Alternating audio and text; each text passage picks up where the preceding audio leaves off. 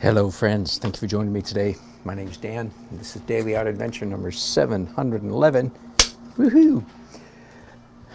The painting I started last night, downtown on the street, en plein air, as they say.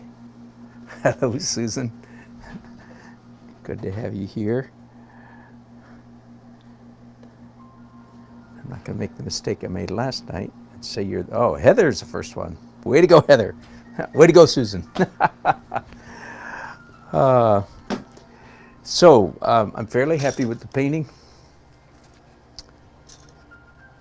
In a minute, I'll show you. I finished 2 other paintings just this afternoon without your company. I'll show those to you in a minute, but let's get to work on this first. So as you saw, I just did some crazy abstract marks.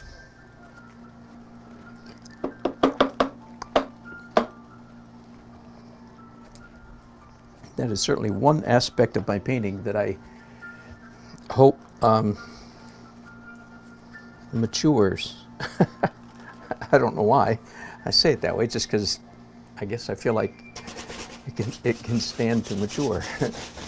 that the the infusion of crazy abstraction into the painting. So I'm glazing. The last thing I did last night before I packed up downtown was a fuzz layer, and I don't normally do another glaze layer, but because after a fuzz layer, but because the whole painting is dry, that's why I have the freedom to do another glaze. And of course, before I do a glaze, I often do the... Well, that's a little bit too much, isn't it? I don't know if that looked like too much to you, but it looked like too much to me. A little bit too much of that. Indian yellow. Wow. So let's get some clean brushes. Nah, that's still too much. Let's get a rag now.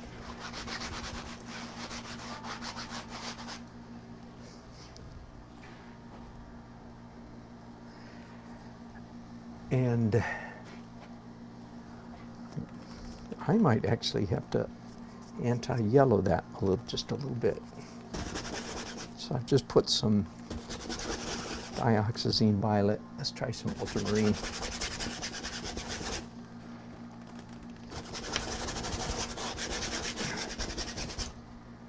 Yeah.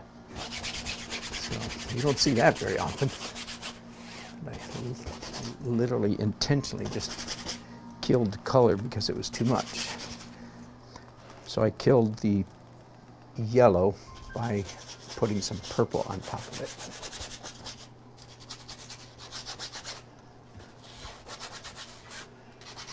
Color killer. I should come up with a name for that.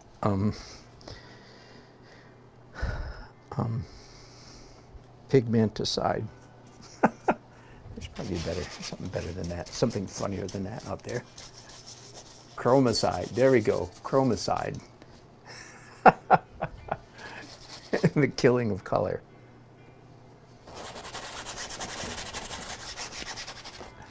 Some colors just need killing. And someone says, which ones? I told you, I had a student one time that said that. They didn't quite get the point.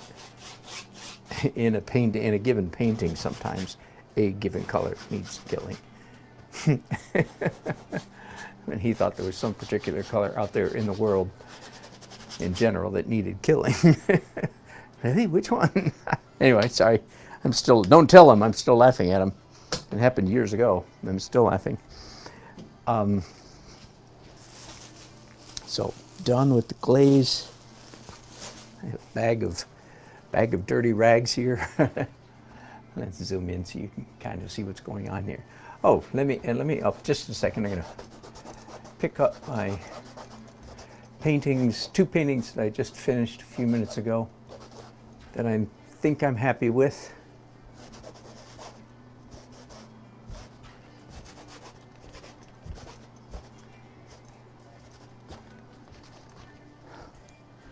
And they are this, whoops, I can't set up another painting without taking this one down. So just a second, just because some of you have followed me in this journey, and you were there when I was doing this. Quinacridone gold. No kidding. Yeah, I don't think I've ever heard of it. Huh. I'll bring you in close just for a minute. So some of you watched me sweat and strain and struggle for quite some time with these little guys. And I finally finished them. The only cheating I did, which was pretty significant cheating, I must admit, cheating, quote unquote, is I printed out their faces the same size, and then used, okay, for those of you who missed it, then I used dividers.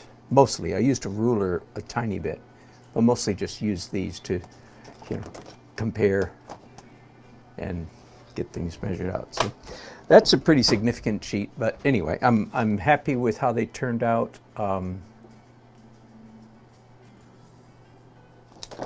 Not now that I look at it, I'm not happy with it. That'll learn me. I'm just gonna smudge out a line right here with I'm just using the pencil as a smudging tool. Oh well. So evidently I'll be messing with them a tiny, tiny bit more, but there you go. That's ready to show to my painters group this evening.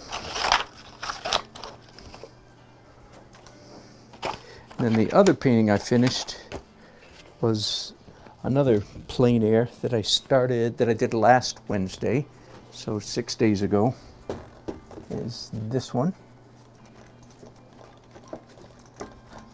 And I worked on this some yesterday as well.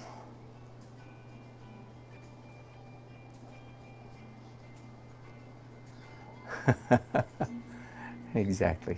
Susan, add your name to that painting. All the help you all gave me. Anyway, and then this one. So I finished it. Didn't do, it's hard to describe, but just a little here and a little there. Tried to capture a lot of glow. Let me see what happens if I turn this off. Yeah, that's a little more accurate, I'd say. A little more realistic. I'll pick you up just for a minute. And forgive me, those of you who want to watch me paint. You don't want to see what I've finished painting. You want to see what I'm going to paint. Anyway, there it is. That's a view from our newly rebuilt Moore Square in downtown Raleigh. All right, back to the job at hand, which is Krispy Kreme, which now has a nice, fresh, wet glaze on it of various colors. And so I'm ready to go to final edit, except, again, kind of out of order here. There's a little bit of pencil I want to do in there. I think that's all. All right, now, somebody rightfully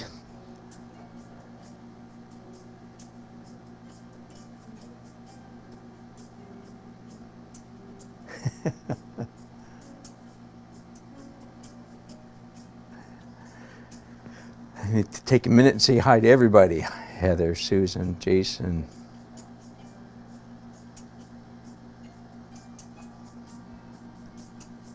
That's it. Thank you, guys.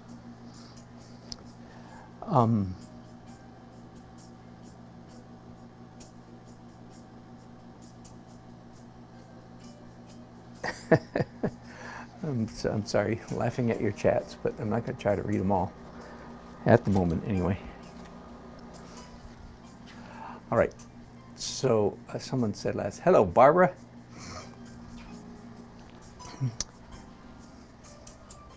What I want to be careful now is that I don't paint too much. So here's just preparing my mind. I want to do some quote-unquote final edit, but I don't want to tighten up the whole sign or the whole building or the whole of anything. So I'm just going to start with the focal point. Okay, let me review a little bit. There are essentially 3 options for starting the final edit. You can start with the furthermost object, which is the sky. Start with the lightest, brightest, whitest thing, whatever that may be, and then go dark from there. And or start with the focal point. And very often 2 of those will overlap, as they do in this case. The lightest, brightest thing in this painting is going to be this edge of the sign. It's both essentially the focal point and the brightest thing. So I'm going to start by doing some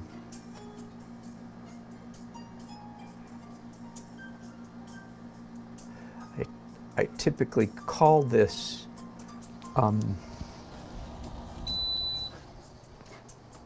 opaque,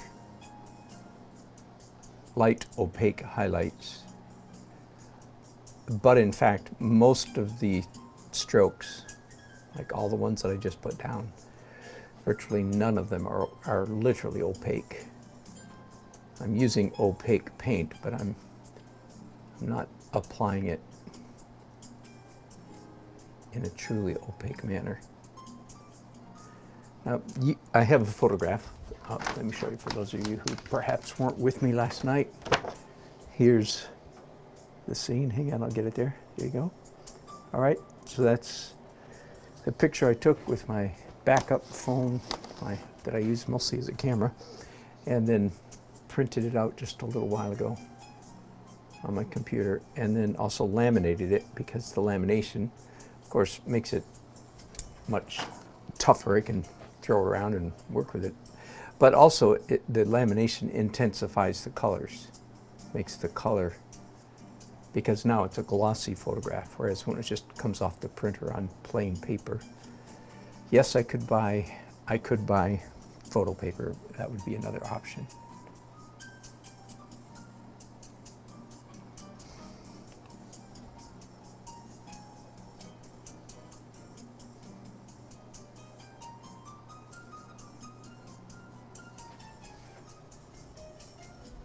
Okay, I'm going to stop, well, not going to stop right there. Let me do some letters.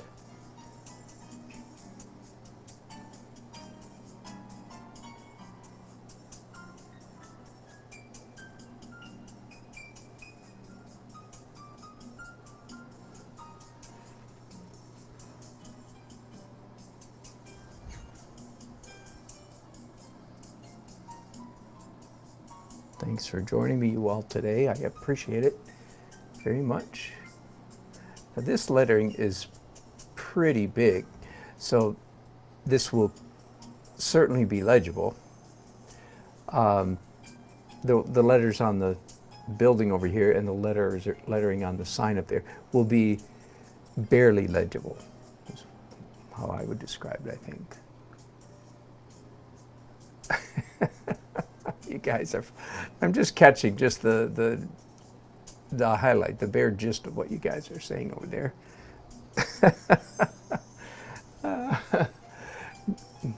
Very glad to be of service and provide you guys a forum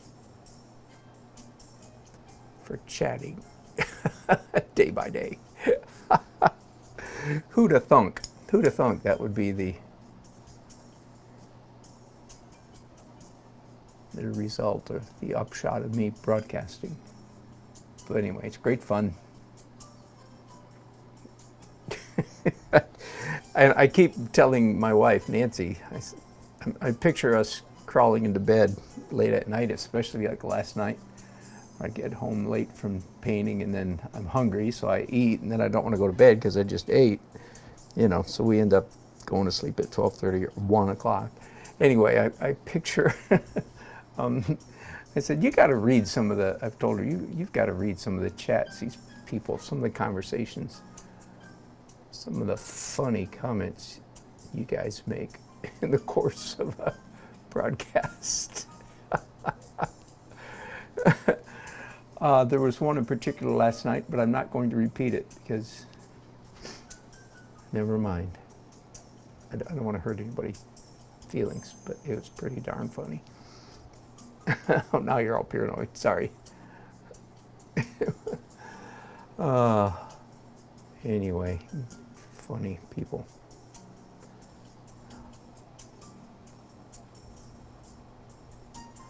Yeah, the last time I did a painting of the Krispy Kreme, some of you were with me, no doubt. How many months ago? February, maybe? So several months ago. Oh, you know what? Ha! Mistake. Doggone it, I have to erase all those letters. Okay, let me show you why.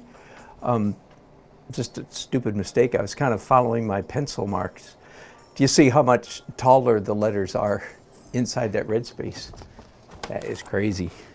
So you won't see this very often, where literally all I can do here is erase. And I usually, you know, say don't erase, but well, okay. Having said that, there are times when all you can do is erase.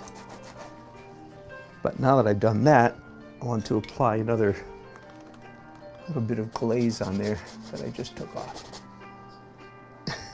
Oh my goodness. So let's do that again, shall we? Ooh. No, it's kind of a nice color. Accident, but I'll go with it. All right, so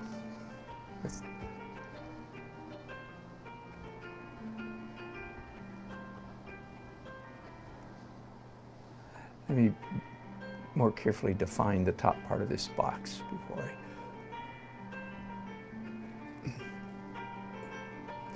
Part of the reason, by the way, why I'm doing so much texture in this white area is because, hello, Eric, it goes good, is because there actually is neon light stuff happening in this. I don't know that I'm going to try to capture it. I can't see it in the photograph at all. In the photograph, it just looks white. But in reality, there's green and I think red. We'll see. We'll see. I don't know whether I'm going to try to, like I said, whether I'm going to try to capture that or not.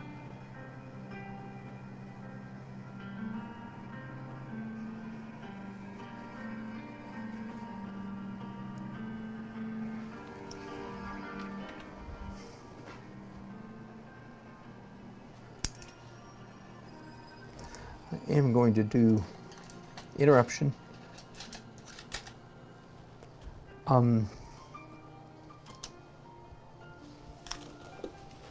want to do some fuzz on that before I move on.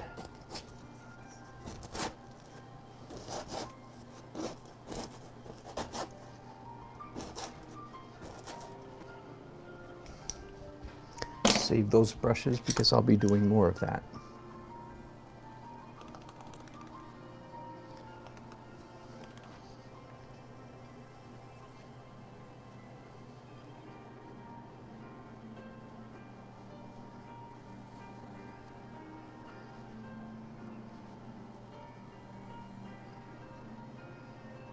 Okay, so the rule is if you want something to look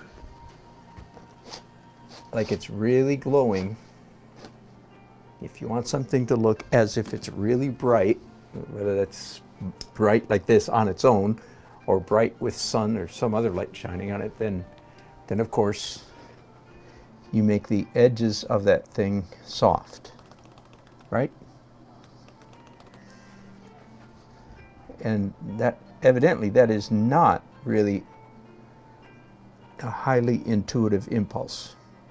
For one thing, when you're literally standing there looking at a bright object like this, when you stare at the edges of that bright object, there is no glow, typically. I mean, your eyes can see a razor sharp, hard edge on that object. Like a bright, for instance, in this case, like a bright sign. When I was standing there last night, when I looked at the edge of this white area, there was no glow, quote unquote, right? So I don't think that doing this glow is intuitive. I think it's a learned thing.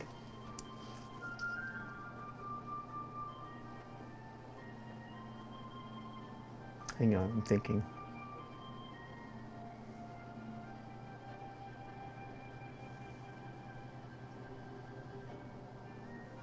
I'm painting in reverse here really fast, going backwards. Okay, I'll keep going forward. I'm going to now redo these letters. So my mistake was several stages ago when I did the letters in pencil. I made them way too short, so.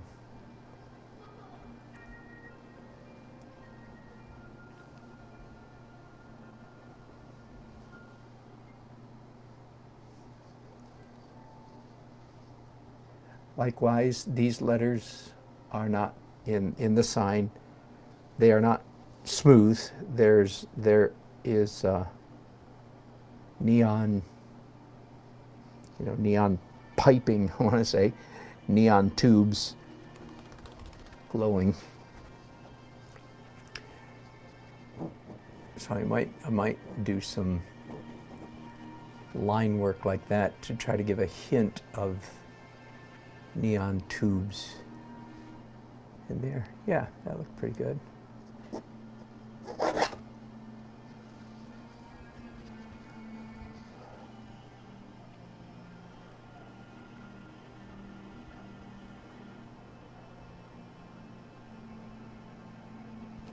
Now here's a quiz for you. As you can see, I'm working pretty carefully on these letters. Boy, I hope I can fit them in here. I'd hate to erase them twice. That would be downright embarrassing. Will I want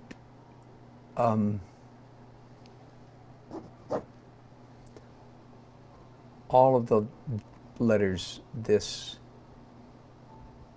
tight, this accurate? Of course, you know the answer, right? The answer is certainly not. But you can see how easy it would be to do what I call paint the barn. Paint the barn is when you turn your brain off, when you sort of set yourself like a very carefully circumscribed objective, which is paint the barn, or in this case is paint the letters. And if you're not careful, I at least, if I'm not careful, I will turn my brain, so to speak, turn my critical seeing off, and then just proceed to paint the letters. I'm not done till it's donuts, all the way across. And then sometimes, I slap my forehead and say, oh my goodness, what did I just do? I just painted all the letters. And of course, if you're a newbie or maybe early journey, that's my favorite term lately, isn't it, for student painters. If you're early journey painter, you're saying, why? I don't get it. Why don't you want to paint all the letters, say, this carefully?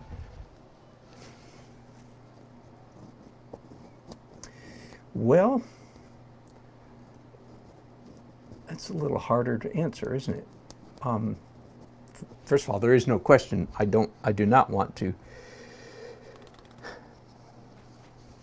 paint. If I were doing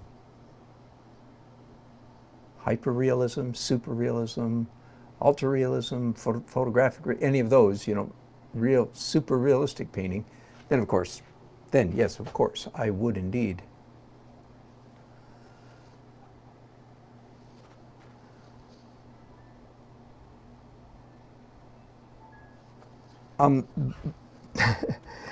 Let me interrupt that question.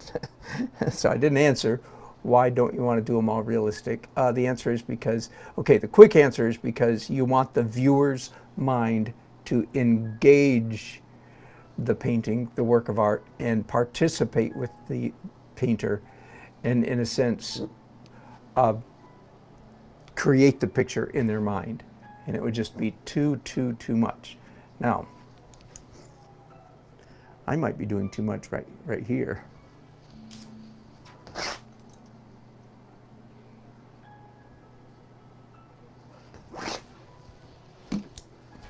Okay, those marks, as you know, had nothing to do with realism. That was just, those are just mess up marks. And I'm fiddling quite a bit, as you can see on these letters, and the fiddlement, can I make up that word? The fiddlement that I'm doing here is not so much an attempt to make the letters accurate. I achieved that after a few minutes of painting. Most of my fiddlement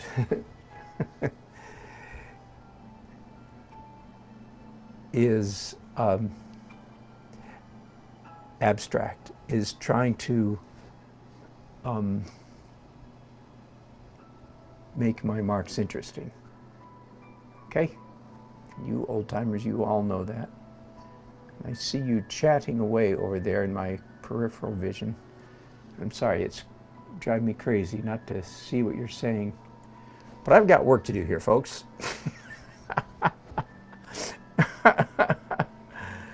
Would you kindly stop chatting? No, I'm totally kidding. Please don't stop chatting. But I hope you're talking to each other. Yes, you are. Good. Answer each other's questions, would y'all?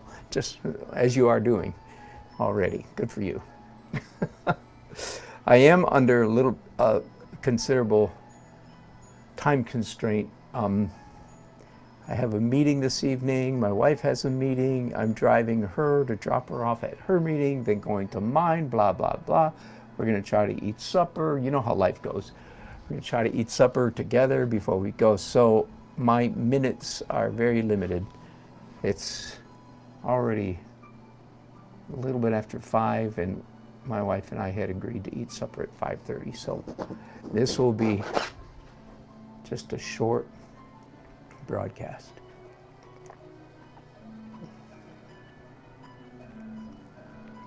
Let me comment again, especially for anybody watching this who's new. I know one thing I can do. I can make the color that I'm using here, I can make it slightly darker. I don't want the same color lettering all the way across either. You see me often scratch the painting, and I do it very quickly. It's with a fast motion. First of all, that alone is important. You cannot do those kinds of things sort of premeditatedly. I'm not sure the word I'm looking for.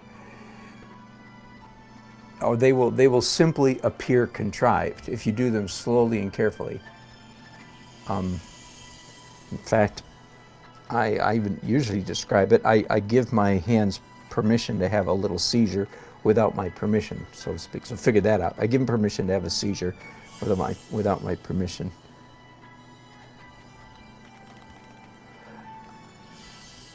it's pretty much has to be a spur of the moment, spontaneous thing.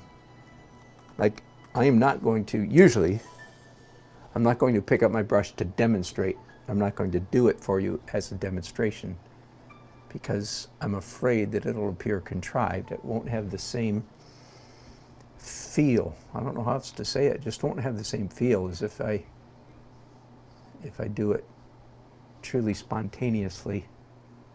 And it's related to, it feels to me, and I know this is not, again, not technical, almost feels like there's a timer in my hands, in my head. I know it's in my head, but in my hands, where after a certain number of minutes of over fussy painting, over tight painting, my hands are just going to fly off and do one of those marks.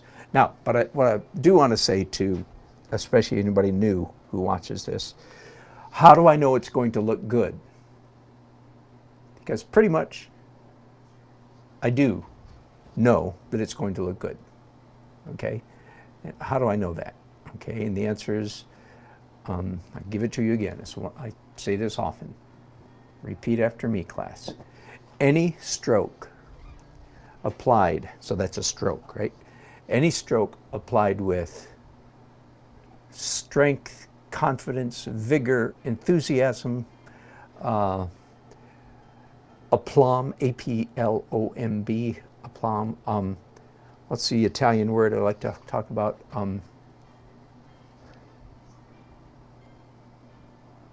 It'll come to me in a minute, the Italian word.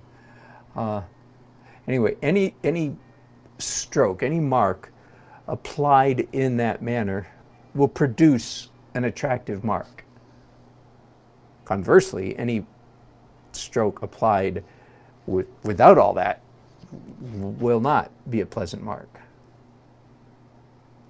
Oh, good grief, I really want to hear that. I want to hear that Italian word. Does anybody remember? Is anybody giving it to? I've talked about it quite a bit. Wait.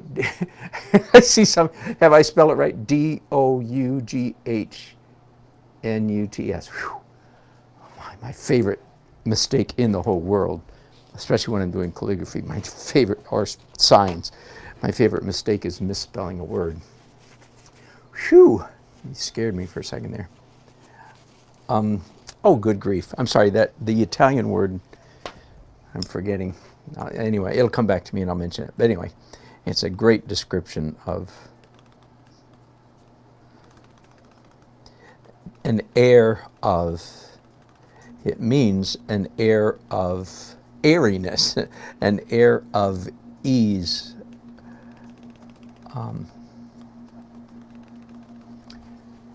Anyway, I'll leave that alone. I'm going to do some red now.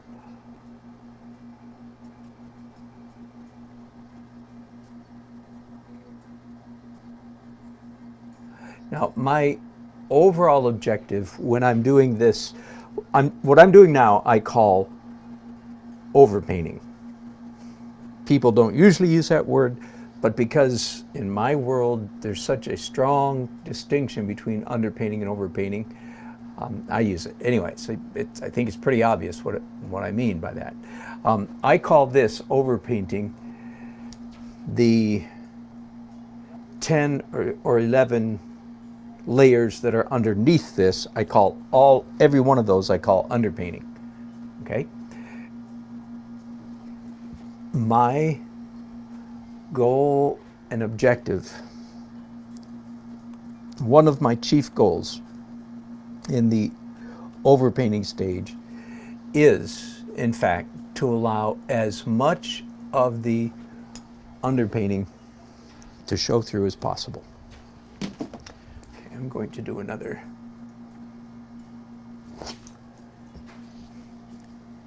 smear and another one.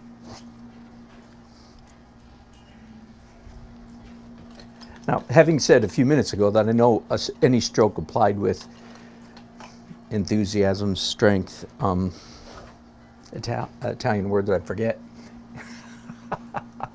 is a good one. But a corollary to that, of course, is you understand that doesn't mean that I can't come back and do what I'm doing right now, which is touch up after those wild and crazy strokes, right? So there you go. So it's not just because I do that crazy random stroke like that doesn't mean that I can't, again, that I can't come back and, in this case, obliterate that stroke there, there, and there. Okay? And there. There. So just want to make that clear. I'm not stupid. I can modify these marks, these crazy strokes, the crazy abstract marks, if I so choose. All right, but I was saying before that, I was saying one of my chief objectives, and I want to repeat this, is to allow as much of the underpainting to show through as possible. That is the hardest discipline, especially, and if any of you are emulating, trying to be influenced by me and so on, that will be your greatest challenge, will be not overpainting during the overpainting. Just when you thought things couldn't get any more linguistically complicated. Okay, your challenge will be not to overdo this final edit layer, this overpainting layer. And indeed, that's my biggest challenge as well. It looks to me like all I'm going to get done during this short broadcast is going to be part of this sign. So let me just settle in for that. I could rename this Painting the Krispy Kreme sign, if I so choose. But I'm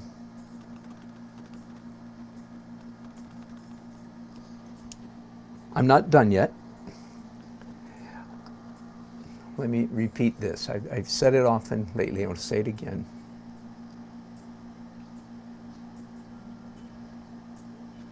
If all the time that you spend on a painting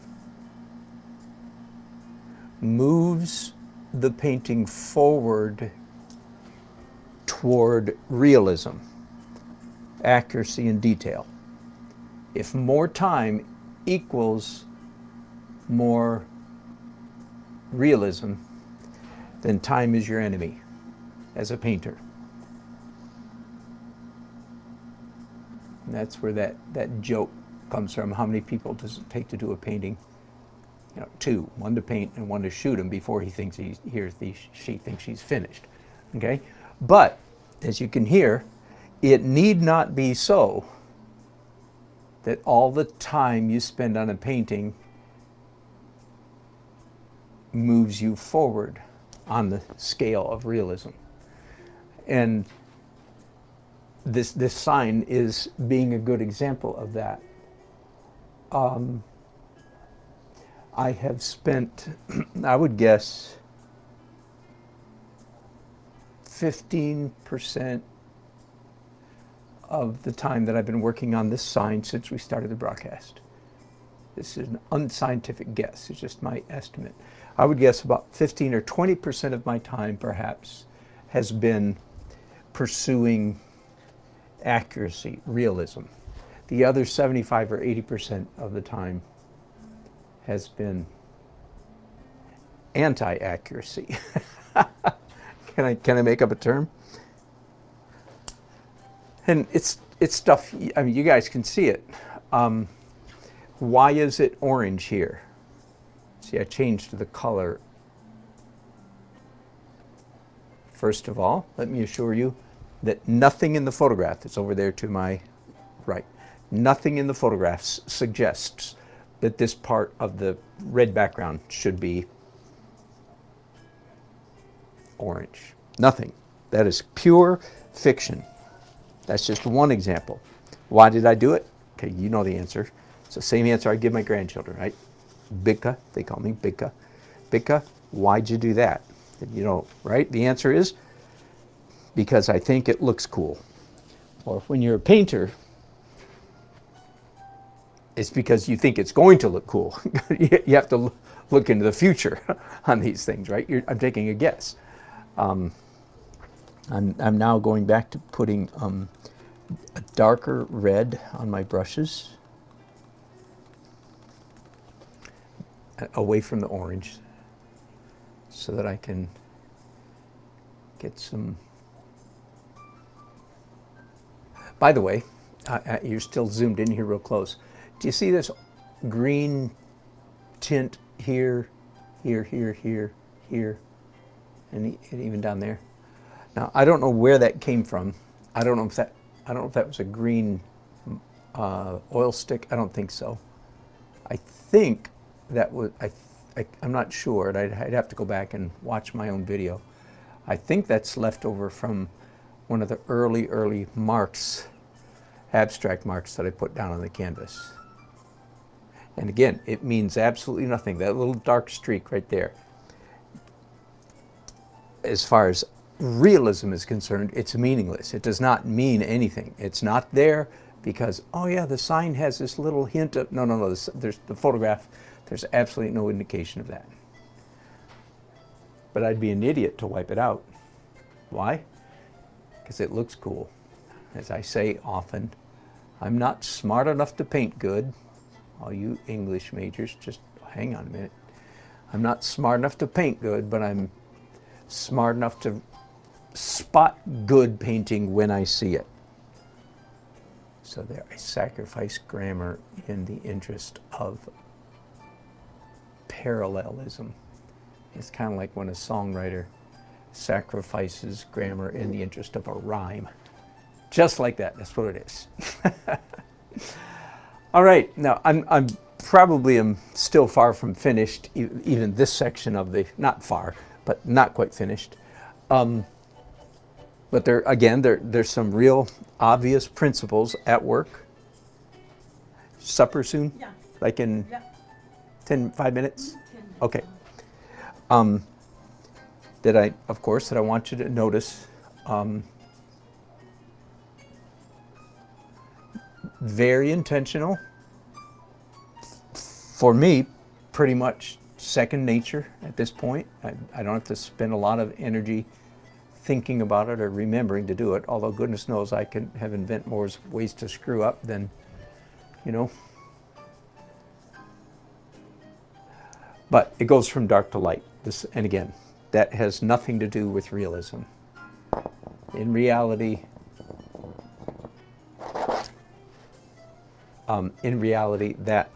that gradation does not exist. All right? After having scratched through that line, I decided I wanted to unscratch it now. That is, cover it up a little bit. And then there's the orange bit there. All kinds of things are happening everywhere. And when I stand back and look at this now, I'm generally happy with that. My bucket of Gamsol is full and overflowing. So bear with me just a minute. I'm going to bring it over here. I won't waste your time cleaning my brushes right now, but I had to get them out of the way. I will do one more thing before, or at least I'll start it before we end this broadcast. And that is that the metal casing on the side of the sign over here has a slight, it's a brushed aluminum or stainless steel, I don't know what it is. But anyway, it has a slight bluish cast to it. And I think that's nice. I am looking at the photograph in this regard. In this case, the photograph did suggest this to me. And I like it, so I'm going with that. I just changed the color of my brushes to a slightly more purple, added dioxazine violet to it.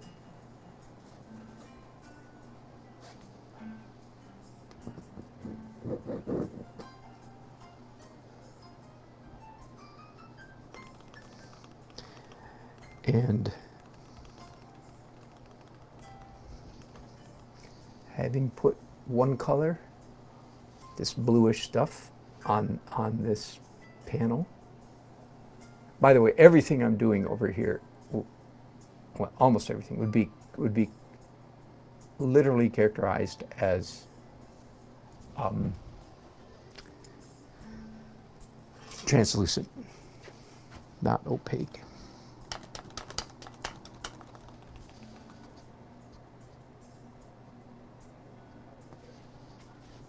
Yeah,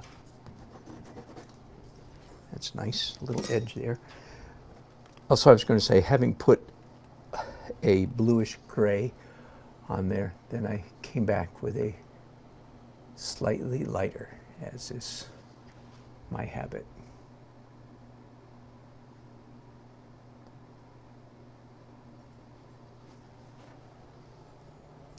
All right, I am going to stop there. I didn't get very far, did I? But I had fun. I hope you did. Let me look at some of your chats real quick. I can't promise to read them all. You guys are too funny and too vociferous.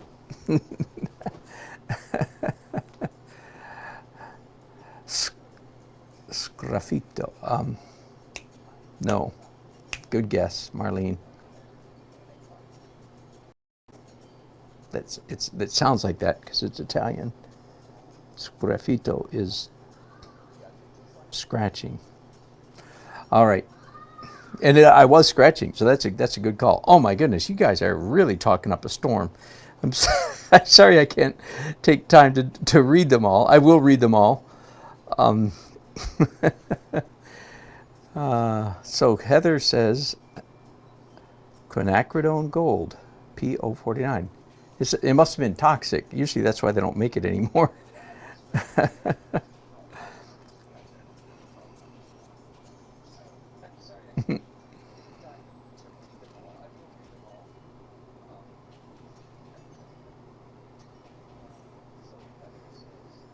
Well, thank you, Susan. Would you like to make an offer on either of those paintings? The aluminum one is still available. And of course, the 7-foot tall one is available as well. It's in my garage. Would love to get it out of there. Can you imagine shipping that? Oh, no, Heather, you fell. Bless your heart. Are you okay? And Barbara went outside. Woohoo! Hello, Shanna Kramer.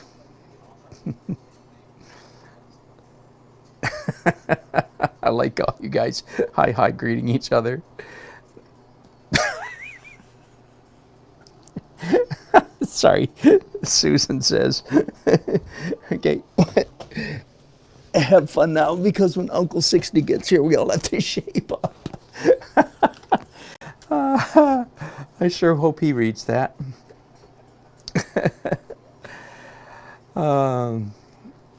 Excuse me, scratch my itchy nose. 20 by 30 is exact. That's correct. I lost my place when I tipped over.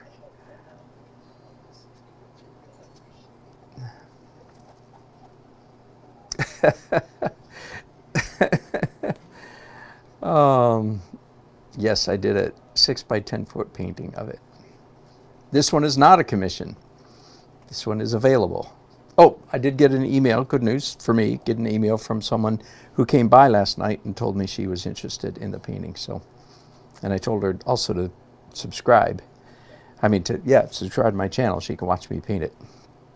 It is for sale.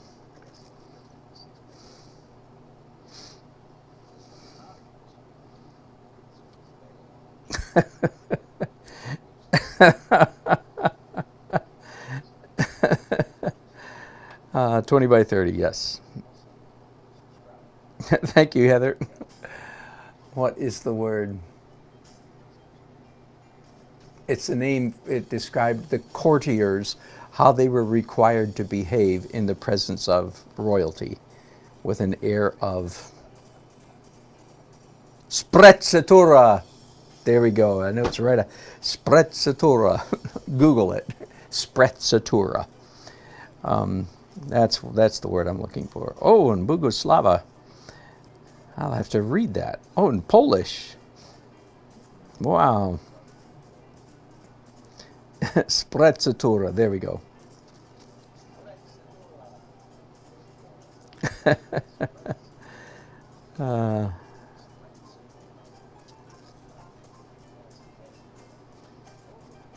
Blank canvas. You speak for a lot of us. When you do the final edit, you go too far.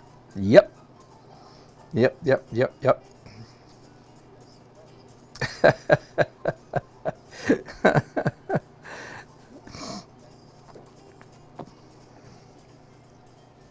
Oh, good. Yep. I got a vote of confidence from Heather for somebody. From Heather for the purple down there on the side of the sign.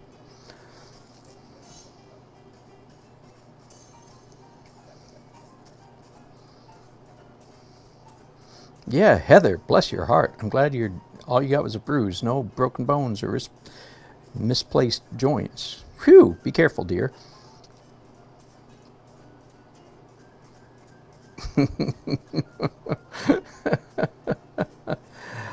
Simon says, how you make your prices for your painting? Very good question. Yes, everybody, say goodbye, everybody. I'll have to answer that some other time, how to price. And I've really messed myself up. I mean, not in a bad way, but, you have prices with all your galleries. And then you get out of all galleries, and I can do whatever I want. So at the moment, I have my on-the-street price, which for this would be $700. But it's not done yet. It'll look a lot better when it's done. And then I have my professional commission corporate price, which is what my old gallery prices used to be. Good question, not a good answer from me. Anyway, thanks, gang. I'll be back tomorrow. Thanks for your company. Bye-bye.